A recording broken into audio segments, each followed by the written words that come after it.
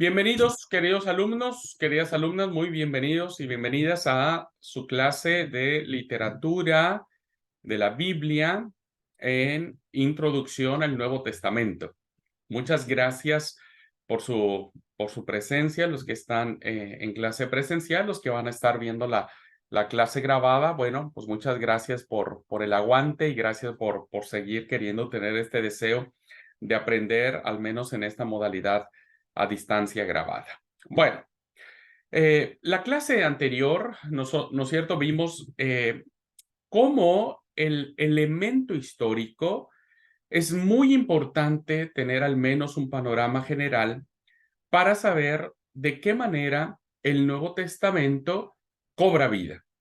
Como dije en la clase anterior, la Biblia no nos cayó del cielo. No es que de la noche a la mañana alguien se sentó, hizo un mate y empezó a escribir así como nosotros leemos actualmente la Biblia.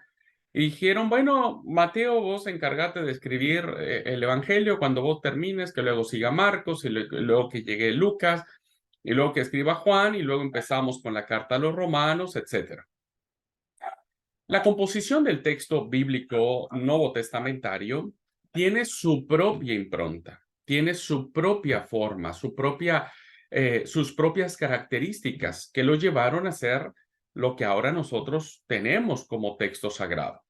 Así que la clase de ahora, vamos a mirar ahora el contexto que tiene que ver con eh, las sociedades con las que convive el Nuevo Testamento, ¿no? El Nuevo Testamento convive con tres principales sociedades, con tres principales influencias, con tres principales puntos de vista que están inmersos en la Escritura Sagrada. Está el texto bíblico, está inmerso, está influido por un ambiente judío, pero también el texto bíblico está influido por un ambiente helenístico o griego, pero también el texto bíblico está influido por un ambiente romano. Entonces, conocer qué es lo que estaba sucediendo en estos ambientes nos lleva a nosotros a ir entendiendo por qué se escribe lo que se escribe, por qué se defiende lo que se defiende y de qué manera, ¿no es cierto?, estos ambientes con los que convive el Nuevo Testamento son determinantes para poder entender el mensaje de Jesús, el mensaje de Pablo, el mensaje de los evangelistas, el mensaje de todos los que de alguna u otra manera tomaron la posta para escribir el texto sagrado. Así es que vamos ahora a mirar esto con detalle. Voy a compartir la pantalla y vamos a ver el contexto histórico que tiene que ver básicamente con lo que les he comentado. Como dije entonces, la Biblia no nos llega del cielo, no nace de un solo punto de vista, no nace de una sola pluma o virome o de un solo personaje, sino que el Nuevo Testamento está rodeado de muchas influencias. Esta literatura sagrada entonces surge bajo la influencia de tres grandes culturas que en la época existían. Recuerden, estamos ubicados siglo I después de Cristo, o lo que nosotros llamamos siglo I de nuestra era, en la que convivían de una manera muy puntual, principalmente en la Palestina de Jesús, la cultura judía, la griega y la romana. Tan es así, queridos alumnos, que era necesario en el evento de la cruz, en el relato de la crucifixión, donde Pilatos manda a inscribir un letrero que aparece en la cruz de Jesús y lo hace grabar en los tres grandes idiomas que se tenía en esos momentos. Entonces, dice el Evangelio de Juan, capítulo 19, versículos 19 y 20, dice entonces, escribió Pilatos también un título que puso sobre la cruz, el cual decía: Jesús Nazareno, Rey de los judíos. Y muchos de los judíos leyeron este título porque el lugar donde Jesús fue crucificado estaba cerca de la ciudad. Y el título estaba escrito en hebreo, en griego y en latín. Este hecho histórico, ¿no?, nos hace entonces a nosotros entender que el ambiente en el que se mueve Jesús, el ambiente en el que se mueven los escritores bíblicos, están inmersos en estas tres grandes culturas. Culturas que tienen su propia impronta, sus propias tradiciones sociales, políticas y sobre todo religiosas. Y lo más importante, estas culturas van a ser determinantes para elegir el idioma en que será transmitido el texto bíblico, el idioma en que se elegirá poner por escrito el texto sagrado. Así es que es muy importante que nosotros entendamos estos ambientes en el que se mueven los hechos que nos narran el Nuevo Testamento, y lo que vamos a hacer ahora es analizar el ambiente judío. El ambiente judío, queridos alumnos, para entender muchas de las cosas de Jesús, de Pablo, un judío de la diáspora, necesariamente necesitamos conocer muchas de las costumbres judías, mucho de la concepción que los judíos tenían respecto de las escrituras sagradas, de lo que significaba Yahvé o el Señor, como lo traduce la Biblia de los 70, ¿no? La Biblia griega traduce el nombre de Yahvé o de Jehová como el Señor, y cómo estas expresiones religiosas, estos rituales, esta cultura, estas fiestas judías, etcétera, se ven profundamente reflejadas en la literatura novotestamentaria. Sin el conocimiento entonces del factor cultural judío, recuerden que estamos en una época donde el judaísmo ha madurado muchísimo. El judaísmo ha ido transformándose, diríamos, desde el último momento en que lo dejamos de ver con Esdras, Nehemías, ¿no?, que son los personajes ya finales, diríamos, de la inspiración bíblica. En la época griega, el pueblo va evolucionando en cuanto a sus instituciones. En la época griega, los judíos van tomando conciencias nacionalistas, monoteístas. Por lo tanto, si no tenemos al menos un conocimiento básico del ambiente judío, será imposible comprender el Nuevo Testamento. Nadie en su sano juicio entendería eliminar el Antiguo Testamento y solo concentrarse en el Nuevo Testamento porque estará leyendo una literatura extraña. Y esto, hermanos, este punto que estamos hablando tiene gran peso porque todos los personajes de los cuales nos narra el Nuevo Testamento son judíos, profundamente judíos. Jesús es profundamente judío. Jesús nace en un ambiente judío, es enseñado en la Torá, es enseñado en los profetas, es enseñado en los escritos. Jesús tiene una concepción, una mentalidad judía, conoce perfectamente las tradiciones rabínicas y es circuncidado como todo varón judío, es presentado ante el templo. Los discípulos que después se convirtieron en sus apóstoles, ¿no? Llámese Pedro, Santiago, Felipe, Mateo, Simón, Judas mismo, pues eran judíos. Y las primeras comunidades cristianas que se establecen en Jerusalén, pues son prácticamente judíos, ¿no? Por eso, a los primeros grupos que reciben a Jesús, que reciben al Cristo como su Salvador, se les llaman comunidades judeocristianas.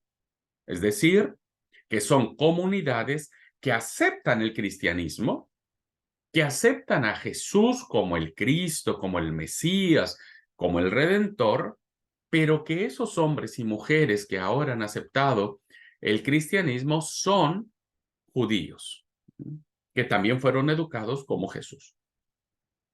Se dice entonces, hermanos, que Jesús, la lengua materna con la que él se mueve, es el arameo. El arameo es una lengua que adopta el pueblo de Israel básicamente desde el imperio persa, ¿no? Y que sigue manteniendo.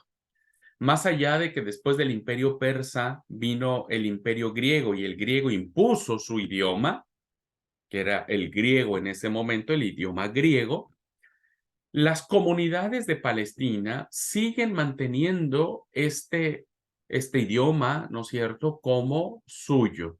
Tanto el hebreo, pero mucho más el arameo, pues se convierten en el idioma propio de la cultura. Es el idioma con el que se saluda a la gente, con el que se compran las cosas, con el que uno tiene convivencia social, etcétera. Así es que Jesús es heredero de una tradición incluso idiomática que está basado en 2 siglos, 3 siglos anteriores de su nacimiento. Jesús vive se desarrolla básicamente la mayor parte de su vida y de su ministerio en la región de la Galilea. Evidentemente la Galilea, que estaba al norte de Jerusalén, pues es una región francamente judía. Después, ¿no es cierto? Jesús termina muriendo en el centro cultural del judaísmo, en el centro religioso del judaísmo, que vendrá a ser en la ciudad de Jerusalén. Jesús visita por lo menos, según el Evangelio de Juan, 3 veces la ciudad santa. Pero entendemos que es muy probable que Jesús haya visitado Jerusalén más de estas 3 veces de las que nos habla Juan. Así que Jesús conocía perfectamente el templo, los sacerdotes, los sacrificios, etc. Por lo tanto, entender al Jesús cristiano debe pasar, sí o sí, por el tamiz de entenderlo desde su concepción judía. Cuando vemos el judaísmo, hermanos, el judaísmo para estas fechas en las que se escribe el Nuevo Testamento, su poder radicaba en los aspectos religiosos. No así tanto en los aspectos políticos, porque recordemos que Israel en la época de Jesús estaba dominado por el Imperio Romano, ¿no? Los romanos gobernaban la Judea y la Palestina, ¿no? La gobernaban. Pero, el Imperio Romano le había dado ciertas concesiones al judaísmo. Tan es así que los judíos tenían sus propios tribunales, ¿no? El famoso Sanedrín se convertía en una especie de dictado de sentencias. Y el Imperio Romano le había concedido ciertas cosas al judaísmo, principalmente la observancia del sábado. Principalmente. Entonces, el Imperio Romano era muy indulgente con los judíos, principalmente en esos aspectos, ¿no? Respetar el sábado y las tradiciones judías.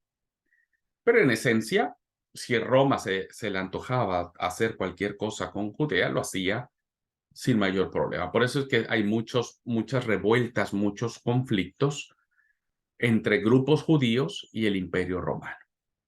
Pero en esencia, en el primer siglo, lo que encontramos es un poder religioso, ¿no? Donde radica la fuerza del judaísmo. Ahora, este aspecto religioso tiene una vinculación muy estrecha con el cristianismo, ¿no? Con el cristianismo. Es decir, si bien es cierto, el judaísmo y el cristianismo en sus inicios corrieron de manera simultánea, ¿no? Es decir, el judaísmo acepta el cristianismo y el cristianismo acepta el judaísmo y se hacen las comunidades judeocristianas, debemos reconocer que en algún momento de la historia terminan separando y se convierten en enemigos. el judaísmo principalmente del cristianismo, y el cristianismo también tiene cierta reticencia en contra del judaísmo. Pero hay algo que une a estas dos confesiones de fe y tiene que ver la religión. Pero ¿en qué sentido religioso se basa la vinculación que existe entre el cristianismo, la iglesia cristiana y el pueblo judío? Pues tiene que ver con la fe. Una fe que evidentemente, hermanos, está cimentada en el único Dios y Señor de todo cuanto existe, ¿no? Vemos el famoso Shema que aparece en el libro del Deuteronomio, capítulo 6, versículo 4, en el cual se encierra la fe judía en esta declaración, en en esta proclamación. Y dice el capítulo 6, versículo 4, Oye Israel, Jehová nuestro Dios, Jehová uno es. Y amarás al Señor tu Dios de todo tu corazón y de toda tu alma y con todas tus fuerzas. Este Shema, hermanos, esta proclama que encierra la fe judía, es algo al pueblo de Israel lo mantuvo unido, ¿no? Lo mantuvo en una estrecha vinculación con sus principios religiosos. Esta fe, declarada en un solo Dios verdadero, es heredada por el cristianismo, ¿no? Por la iglesia cristiana. Tan es así que el Evangelio de Marcos, en el capítulo 12, versículo 29, va a recoger el Shama judío. Y entonces va a decir en el versículo 29, en palabras de Jesús, ¿no? En palabras de Jesús, hablando del gran mandamiento, va a responder y dice, Jesús le respondió, el primer mandamiento de todos es, Oye Israel, el Señor nuestro Dios, el Señor uno es. Y amarás al Señor tu Dios con todo tu corazón, con toda tu alma y con toda tu mente y con todas tus fuerzas. Este es el principal mandamiento. No voy a explicar ahora el agregado que Jesús da acerca de la mente, porque la mente no, el aspecto de la mente no aparece en el Shema del Deuteronomio. Sí podemos entender claramente que la fe de Jesús está cimentada también en la fe judía y por lo tanto la iglesia cristiana asume como parte de su tradición, pues que hay un solo Dios, ¿no? Así que nosotros afirmamos, al igual que los judíos, que las leyes de Dios, las leyes de Yahvé, las leyes de Jehová, son leyes sabias y sobre todo dignas de obediencia. Esto la fe cristiana lo ha sostenido milenariamente, ¿no es cierto? No, nosotros no estamos en contra de las leyes que el Señor ha dado a su pueblo.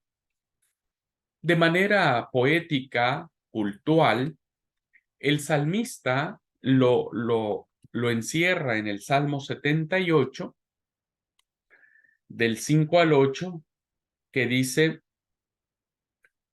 Él estableció testimonio en Jacob y puso ley en Israel, la cual mandó a nuestros padres que lo notificasen a sus hijos, para que lo sepa la generación venidera y los hijos que nacerán, y los que se levantarán lo cuenten a sus hijos, a fin de que pongan en Dios su confianza y no se olviden de las obras de Dios, que guarden sus mandamientos, y no sean como sus padres, generación contumaz y rebelde, generación que no dispuso su corazón, ni fue fiel para con Dios su espíritu. Por lo tanto, entonces, la iglesia cristiana asume como suyo propio también el deseo de Dios de transmitir los mandamientos, las leyes y los decretos que Dios nos ha dejado, tanto en el Antiguo como en el Nuevo Testamento, para poder compartirlos con nuestros hijos y nuestros descendientes.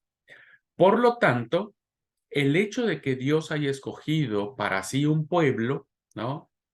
Dice también el texto del Nuevo Testamento que ahora nosotros somos parte de ese pueblo. Lo dice Pablo, lo dice Pedro, ¿no?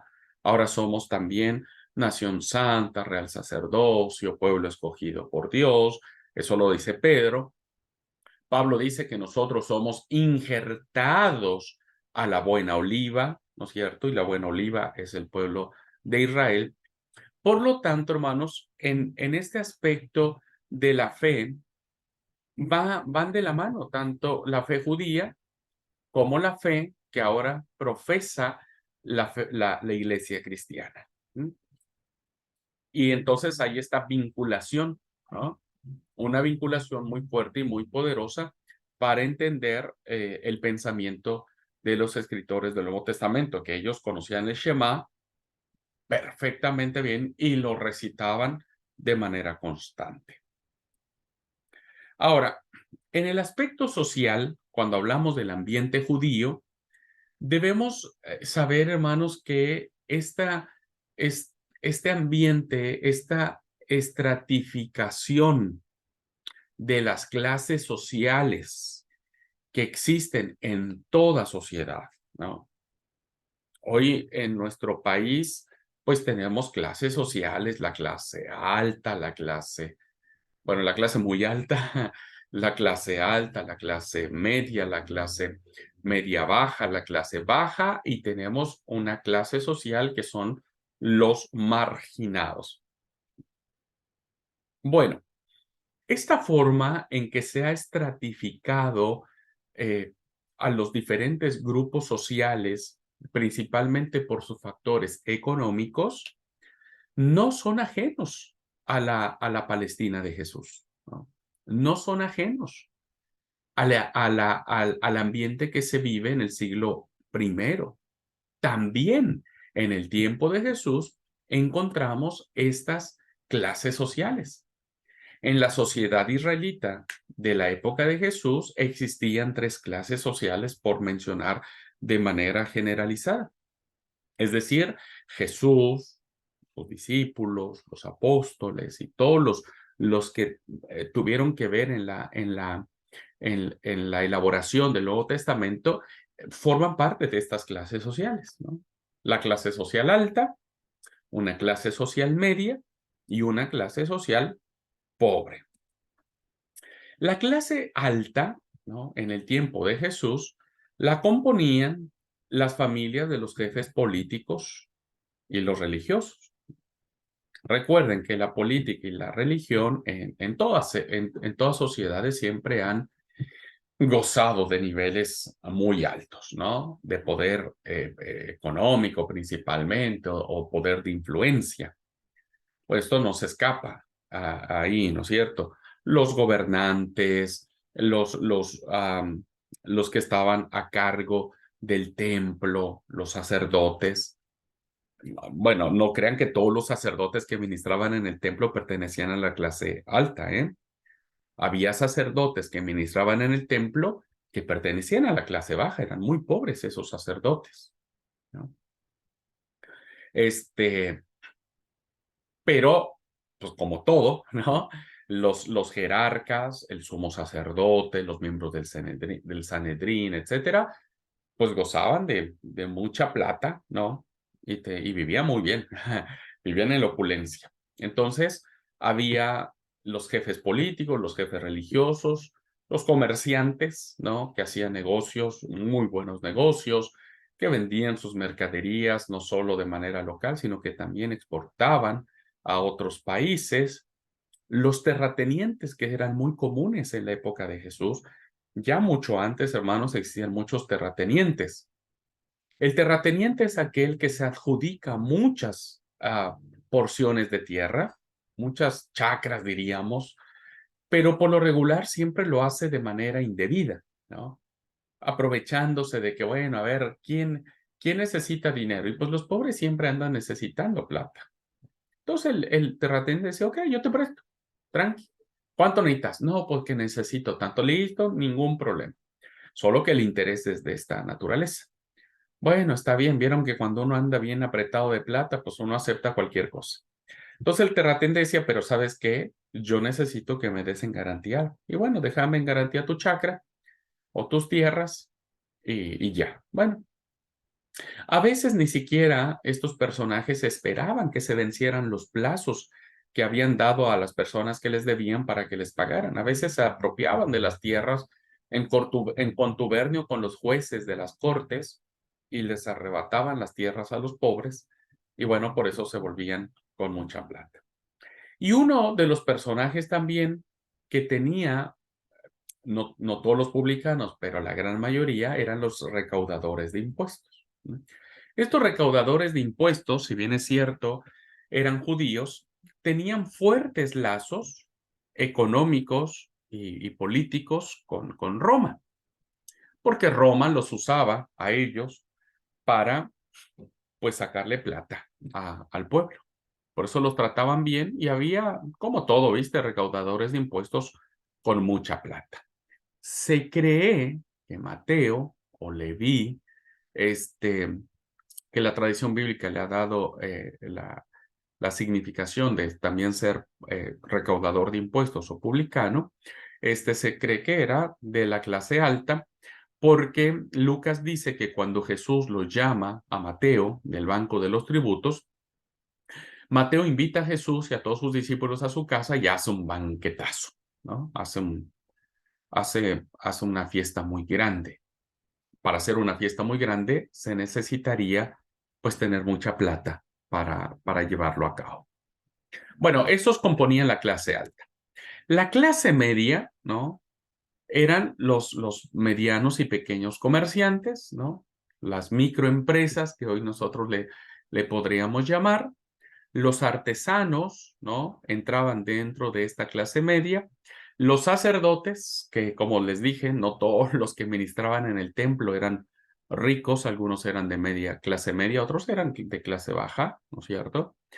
Y los maestros de la ley, aquellos que se dedicaban a enseñar la Torá, la Biblia hebrea, diríamos, ¿no? Todo lo que era la Biblia hebrea. La clase pobre, ¿no? Como todo, es la más numerosa. Esta situación de desigualdades sociales que existen en nuestra América Latina, principalmente en nuestra Argentina, no es muy ajena a la realidad en la que Jesús se movió. Hablo de Jesús como el personaje más importante del Nuevo Testamento, ¿no es cierto? Y es muy numeroso. Siempre el número de pobres es mucho mayor que el número de ricos. Así que esta clase pobre, que era la más numerosa, estaba conformada por los jornaleros que vivían al día, que les pagaban un jornal. Bueno, tenemos el ejemplo ahí en Mateo 20 del 1 al 16, y muchos otros que vivían al margen de la sociedad, ¿no? Esas personas ya excluidas, diríamos, que ya vendrían a ser como los eh, eh, eh, como los marginados, ¿no? Como que es de la clase pobre y lo que le sigue después de la clase pobre, ¿no? Los más pobres de los más pobres.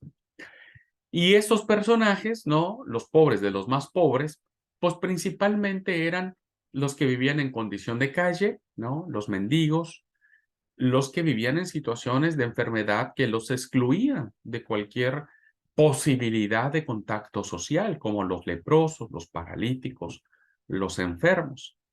Es muy curioso, hermanos, cómo el mensaje de Jesús va dirigido a los subpobres, ¿no? O a los más marginados, a los pobres de los pobres. Interesante cómo el mensaje de Jesús tiene una fuerte carga social.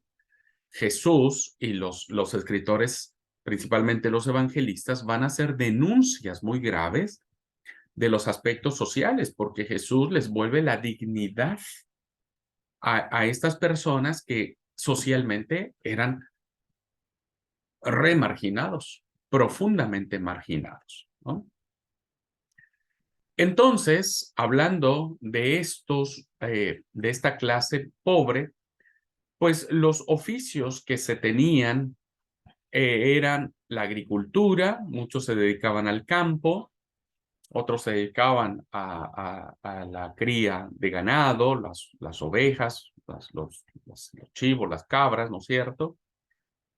Había muchos pescadores, principalmente en la región de la Galilea, por el lago de Galilea que existe allí. Entonces, había muchos pescadores. La pesca era, pues, una forma de sustento. Es como si ustedes ahora van a donde hay mar y los pueblos costeros, pues la mayoría se dedica a la pesca. Los principales oficios que existían en el tiempo de Jesús, pues eran los trabajos artesanales, ¿no? Que eso, que eso era muy común, como los alfareros, los zapateros, los carpinteros, los que se dedicaban a la albañilería.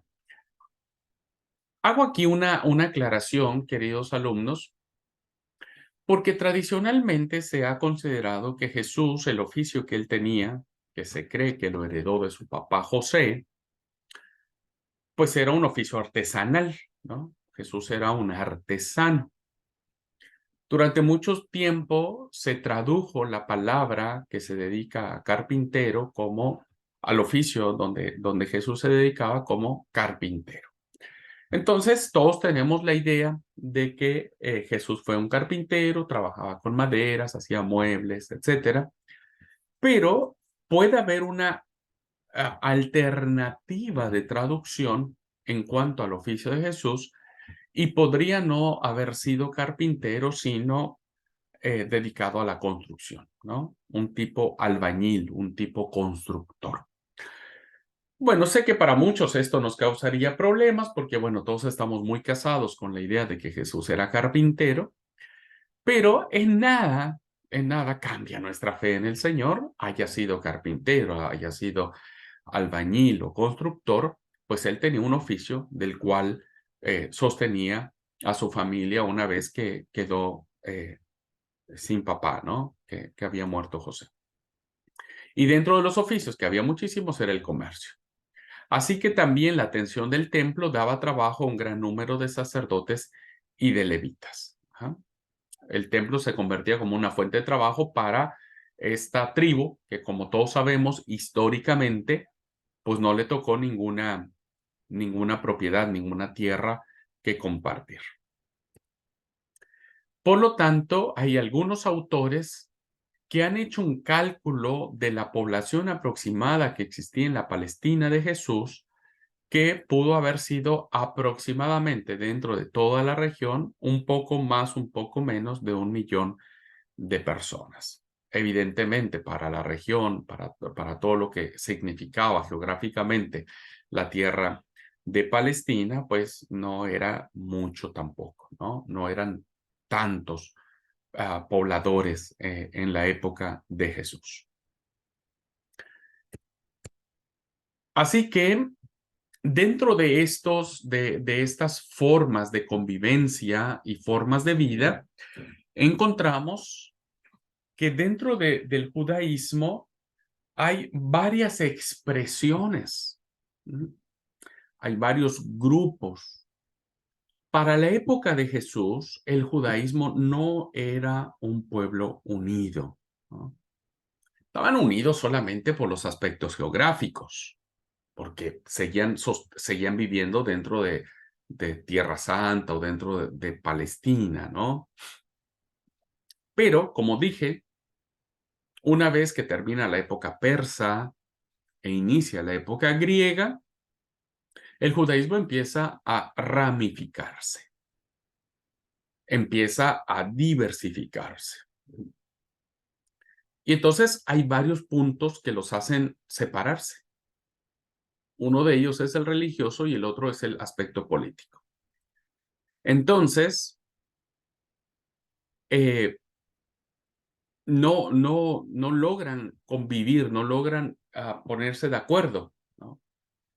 Porque si bien es cierto, religión y política estaban muy unidos o muy relacionados, pues llega un momento que por esas mismas situaciones y por diversas formas de creer o por diversas formas de entender la religión y la política en un ambiente judío, pues terminaron haciendo muchos grupos. En este sentido, entonces, vamos a ver que los judíos se habían dividido en muchos grupos, ¿no? En muchos grupos.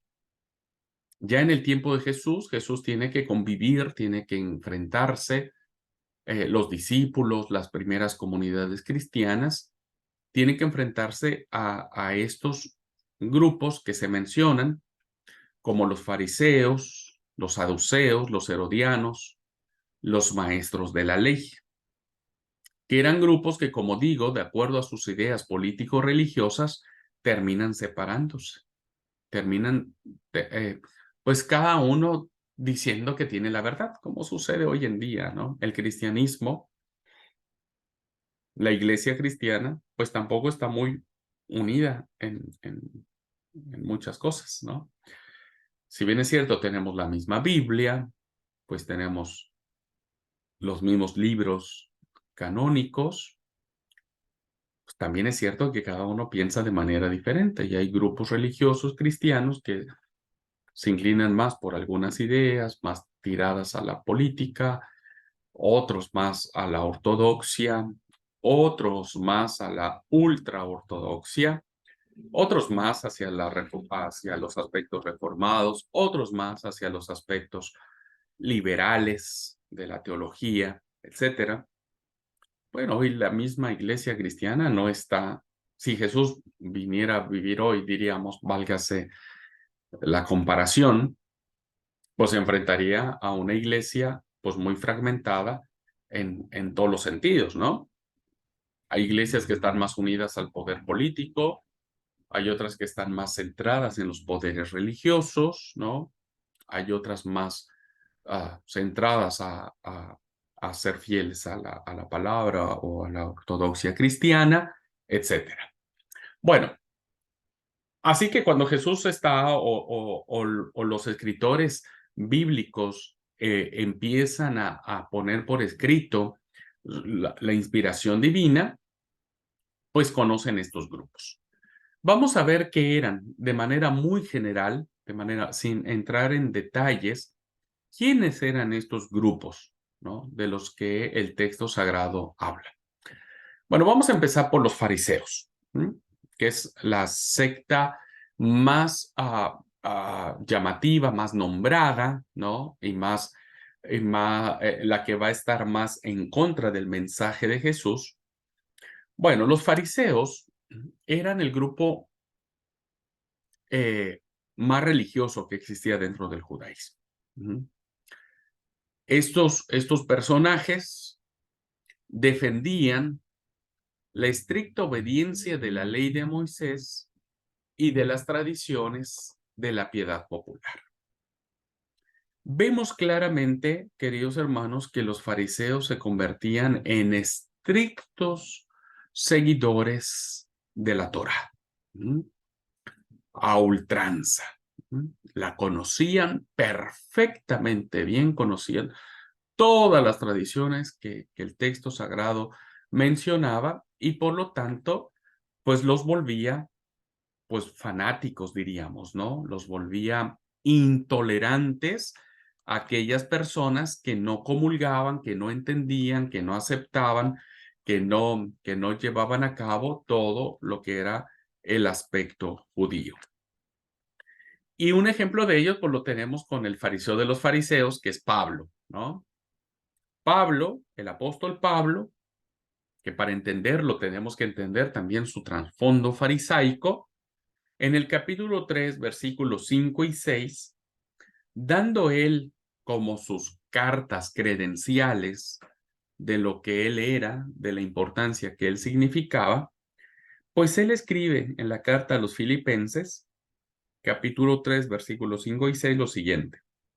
Dice que Pablo fue circuncidado al 8º día, del linaje de Israel, de la tribu de Benjamín, hebreo de hebreos, en cuanto a la ley, fariseo. En cuanto a celo, perseguidor de la iglesia. En cuanto a la justicia que es en la ley, irreprensible.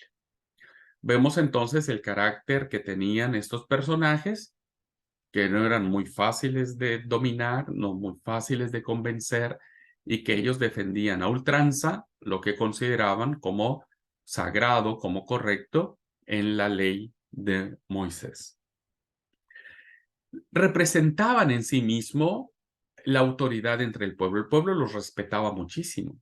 Pues la piedad que ellos manifestaban era una piedad pues muy reconocida, ¿no es cierto? Eran personajes que vivían lo que creían, aun cuando lo que creyeran no estaba bien, o al menos pues no lo entendían de esa manera, ¿no es cierto? Pero no estaba bien. Así que bueno, esta característica, este rasgo piadoso que tenían los fariseos, les colocaba o les permitía a ellos tener la autoridad necesaria para hablar al pueblo. Así que el pueblo los recibía, el pueblo los seguía, el pueblo los escuchaba y el pueblo les hacía caso, ¿no? Por eso es que el mensaje de Jesús, que empieza a luchar con los fariseos, pues pone en duda el mensaje del pueblo. O sea, el pueblo se siente también como confrontado con esto. Eran muy influyentes, los fariseos eran muy influyentes y sus consejos, sus decisiones, su influencia llegaba hasta ámbitos políticos, de gobierno, pues por lo que ellos mismos representaban, ¿no?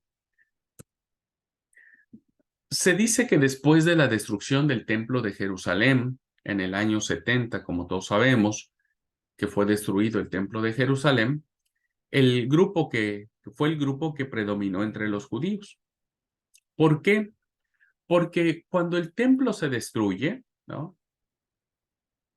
El templo que se había construido después del exilio babilónico y que Herodes después manda a ser muy grande, hermoso, majestuoso, este templo va a ser arrasado junto con la ciudad de Jerusalén aproximadamente en el año 70 por parte de las tropas romanas.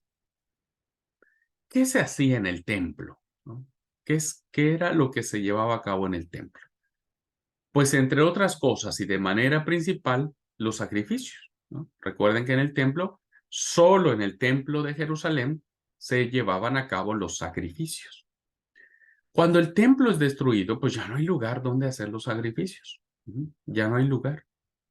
Entonces, como los sacerdotes, que eran los que ministraban en el templo y llevaban a cabo los sacrificios, ya no tienen dónde ministrar, pues los fariseos, que se dedicaban a la ley de Moisés, que se dedicaban a la lectura de la Torá, que se dedicaban a las tradiciones judías, pues toman mucha fuerza, porque ahora la fe judía ya no está centrada en los sacrificios del templo, sino que ahora, gracias a los fariseos, la fe judía va a estar centrada en la ley, ¿no? En las escrituras antiguas. Por eso es que dentro de los judíos, los fariseos predominan, aunque su vida no es muy larga. Dentro de poco, el grupo de los fariseos también terminará desapareciendo, ¿no? Desapareciendo. Hoy ya no hay más esa secta de los fariseos. ¿Qué ideas tenían los fariseos, entre otras, ¿no? Y que defendían a ultranza? Pues ellos creían sobre la vida eterna. Ellos creían que después de la muerte, pues había una vida mejor. Consideraban también como parte fundamental el libre albedrío que tenía el ser humano para decidir sobre Dios y sobre las cosas que él había mandado y sobre la providencia que ellos consideraban que todo venía de la mano del Señor. Así que estos tres temas van a estar muy interesantes porque serán temas que otros grupos no compartirán. Muy bien, entonces a grandes rasgos, ¿no? Más o menos tenemos una idea de quiénes eran los fariseos a los que Jesús se va a enfrentar. El otro grupo que tenemos dentro del cristianismo, perdón, del judaísmo, pues son los saduceos. Los saduceos, que es otro grupo que se refiere al mismo ambiente judío en el que Jesús y los discípulos se van a desarrollar. ¿Quiénes eran ellos? Bueno, en su mayoría venían de familias de sacerdotes aristocráticos. Ya esa expresión nos hace ver que los saduceos no eran pobrecitos, ¿no? eran gente muy millonaria, diríamos hoy, ¿no? O sea, eran personajes influyentes, pues, por sus títulos nobiliarios, por sus castas sociales, y por lo tanto, ¿no? Ellos tenían una gran influencia. Porque como dije, dentro del sacerdocio del templo, pues había familias sacerdotales muy, muy nombradas, ¿no es cierto? Y había otros que no. Otras familias sacerdotales que nunca figuraron. Pero los saduceos venían de las familias sacerdotales aristocráticas, ¿no? Muy adineradas. Estos saduceos eran el grupo que estaban muy ligados con el templo, ¿no es cierto? Con los sacerdotes que ministraban en el templo, y sobre todo con el Sanedrín, que era el tribunal judicial, donde Israel, como les dije, Roma le había dado ciertas concesiones a Israel para juzgar algunos delitos, ¿no? Algunos delitos, pero el Sanedrín no podía decretar penas de muerte. Eso solamente le correspondía al Imperio Romano, a los gobernantes romanos. Por eso cuando llevan a Jesús ante el Sanedrín no puede imponer una pena de muerte, sino que lo envían a Pilatos para pedir que lo crucifique, que terminen matando al Señor. Así que imagínense, es un grupo de mucha plata, es un grupo que está muy ligado al templo, ¿no es cierto? Y sobre todo a los aspectos judiciales, a los aspectos políticos. Así es que muchos de los integrantes del Sanedrín eran saduceos y por lo tanto pesaban, ¿no? Sus decisiones. Pesaba muchísimo en la vida del pueblo. ¿Qué creían los saduceos? Bueno, a diferencia de los fariseos, porque los fariseos sí creían en la vida eterna, los saduceos negaban la vida eterna. Ellos no creían en la vida eterna. Y algo muy interesante es que los saduceos, ¿no? Creían en la existencia de ángeles y de espíritus. La angelología, queridos alumnos, es decir, el estudio de los ángeles, es una materia que tenemos pendiente dentro de nuestra concepción cristiana, al menos desde la Iglesia de Dios Séptimo Día. Porque aunque hablamos mucho de los ángeles, ¿no? Poco sabemos de los ángeles, ¿no? Poco sabemos. Y la verdad que es una materia pendiente que esperemos en Dios algún día hacer alguna cursada sobre angelología o algún diplomado o algo tenemos que hacer para recuperar el sentido de la existencia de los ángeles, ¿no? Cosa que los saduceos creían en ellos. El testimonio bíblico que encontramos sobre este antecedente está en Mateo 22, del 23 al 33, donde hay la pregunta de la resurrección.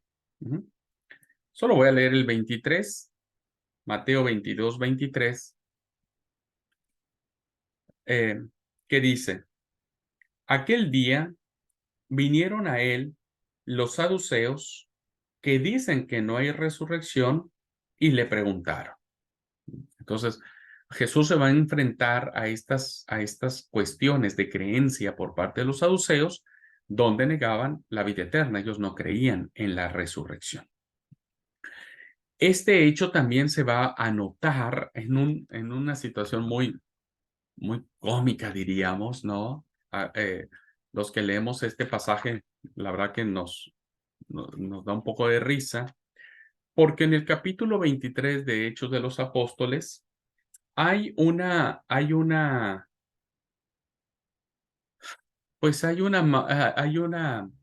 ¿cómo podríamos decir? Hay una forma muy creativa que el apóstol Pablo utiliza para salir de un problema, ¿no? Él estaba siendo juzgado y bueno, él ya no sabía cómo salir del asunto. Y entonces él mira que dentro del lugar donde él está siendo juzgado están estos dos grupos representativos. Había fariseos y saduceos. Y entonces Pablo, de una manera pues muy creativa, muy atrevida, muy aventurada, diría yo, se saca un as de la manga, como se dice coloquialmente, Y dice el versículo 6 del capítulo 23. Entonces Pablo, notando que una parte era de saduceos y la otra parte era de fariseos, alzó la voz en el concilio y dijo: varones hermanos, yo soy fariseo, hijo de fariseos. Acerca de la esperanza y de la resurrección de los muertos se me juzga. ¿Vieron? Ahí están inmersos las creencias que tenían el fariseísmo. Versículo 7. Y ahí se arma el problema. Cuando dijo esto, se produjo disensión o pleito, se empezaron a pelear entre los fariseos y los saduceos, y la asamblea se dividió. ¿Por qué? ¿Por qué se hace esto? Porque los saduceos dicen que no hay resurrección, ni ángel, ni espíritu, pero los fariseos afirman estas cosas. Estas decisiones que aparecen en, en, en esta expresión dicha en Hechos de los Apóstoles, pues nos llevan a pensar en la existencia de estos dos grupos y las ideas que ellos manejaban. Pero, al igual que los fariseos, después de que el templo de Jerusalén es destruido en el año 70, ¿no? También terminan desapareciendo este grupo. Así es que históricamente ya en la actualidad no encontramos ni grupos de fariseos ni grupos de saduceos en los ambientes judíos. Bueno, el otro grupo que aparece son los herodianos, y los herodianos los encontramos en una referencia que el Evangelio de Mateo nos lo va a decir en el capítulo 22, versículo 16, que dice: y le enviaron los discípulos de ellos con los herodianos, diciendo: Maestro, sabemos que eres amante de la verdad y que enseñas con verdad el camino de Dios y que no te cuidas de nadie porque no miras la apariencia de los hombres. Entonces tenemos un grupo pequeño, pero que Mateo nos lo da, que no es otra cosa más que los partidarios de Herodes. Herodes, recuerden que fue el gobernante en turno en el nacimiento de Jesús, pues muy famoso por muchas cosas, ¿no? Fue un hombre muy influyente, fue un político, un gran político, un gran constructor. Si bien es cierto, estaba alterado de las facultades mentales, ¿no es cierto? Bueno, hay muchos que seguían defendiendo a Herodes y se convirtieron como en una escuela o como una especie de discípulos de Herodes el Grande. No sabemos mucho más que eso. El otro grupo son los esenios. Bueno, estos esenios son grupos de personas que viven alejados de las comunidades, ¿no es cierto?, de las ciudades, diríamos, y se trasladan a otros lugares solitarios para generar vidas comunitarias, es decir, para formar grupos donde ellos mismos se organizan, donde ellos mismos dicen qué hacer, qué no hacer, cómo hacerlo, etcétera. Entonces, en el tiempo de Jesús hubo una secta llamada los esenios.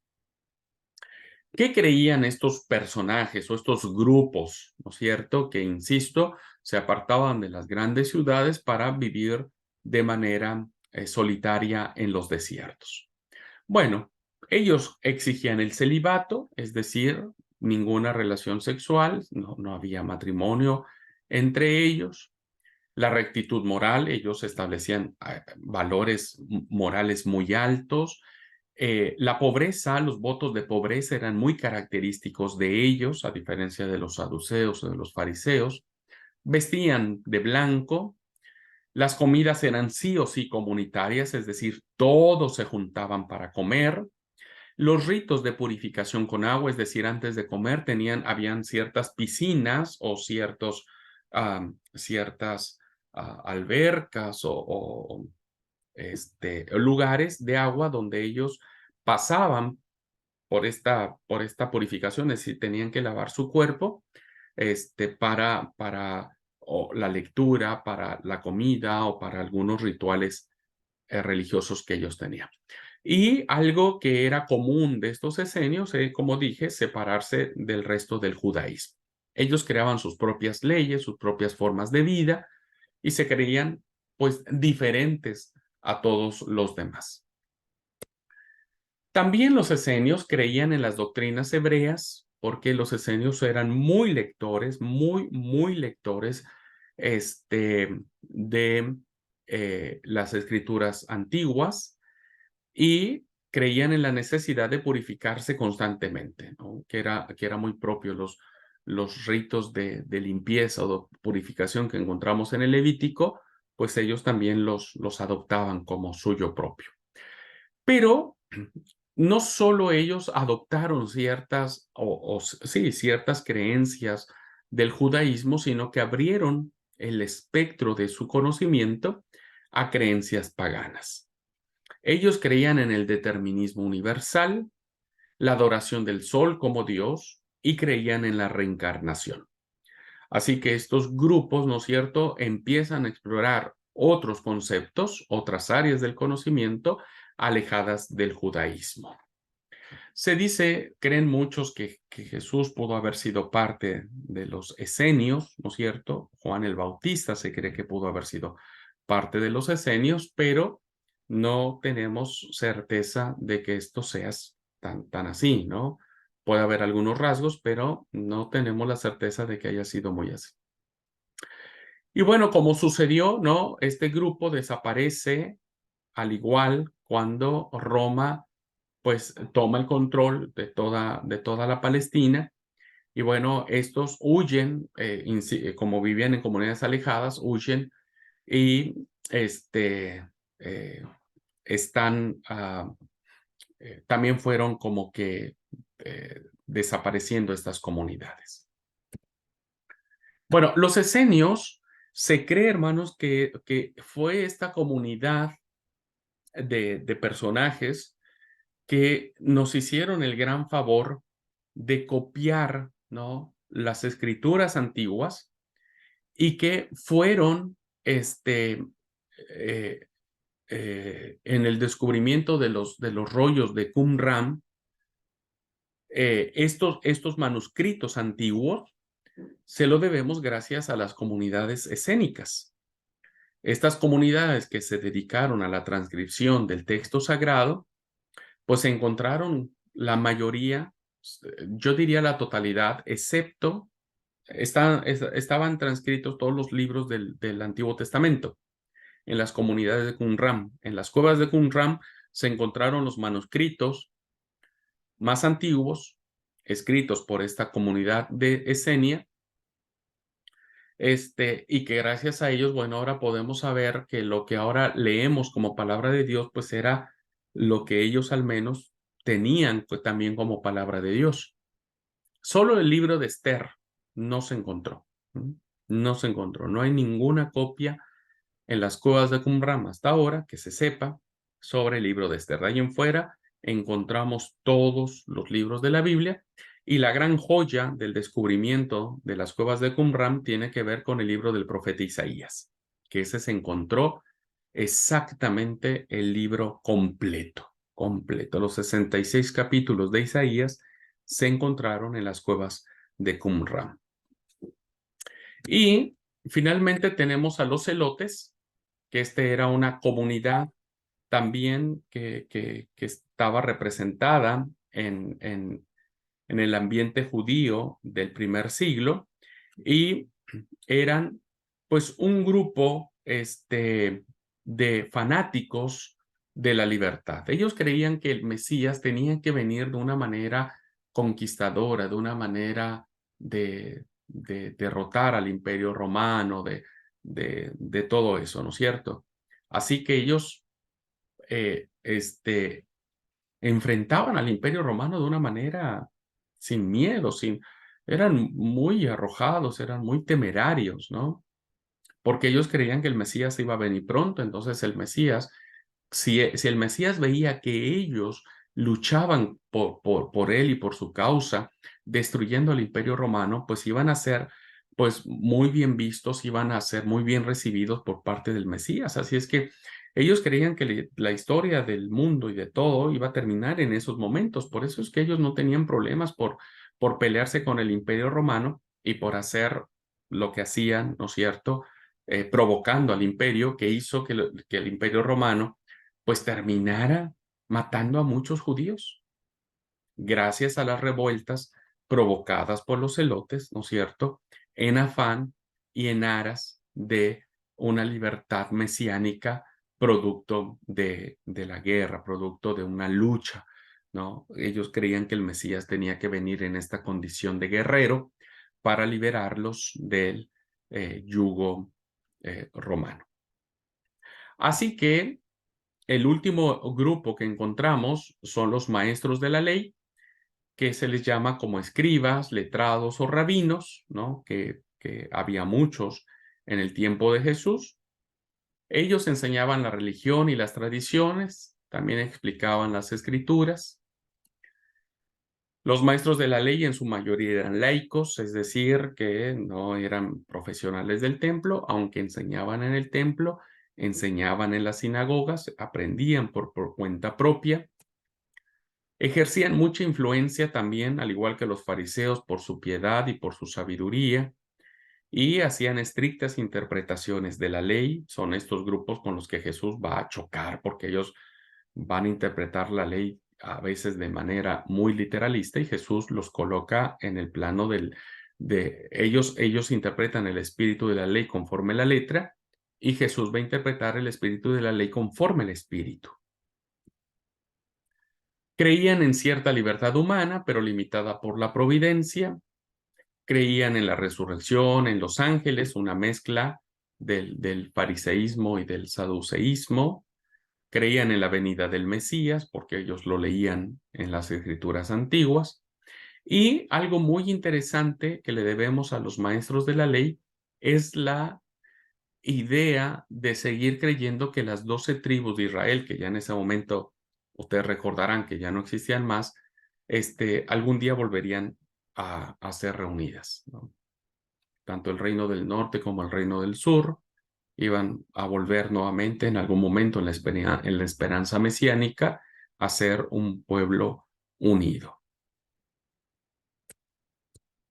Algo más que tiene que ver con los maestros de la ley es su marcado carácter separatista, los volvió presumidos, es decir, ellos pues, se sentían como la última Coca-Cola del desierto, y bueno, eso hizo que la gente no los sintiera como suyos, y mermó mucho su fuerza espiritual.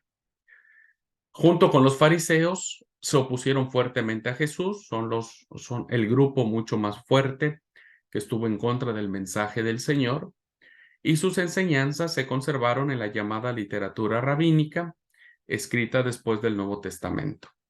Estos maestros siguieron trabajando durante muchos años, ¿no es cierto?, para interpretar la ley, como ya no había templo, ellos también, al igual que los fariseos, pues se dedicaron a la meditación de la Torá, de las escrituras antiguas, y persistió mucho. Y mucha de la literatura rabínica, ¿no?, es citada por muchos autores bíblicos, autores cristianos, voy a decir, ¿no?, de nuestro tiempo.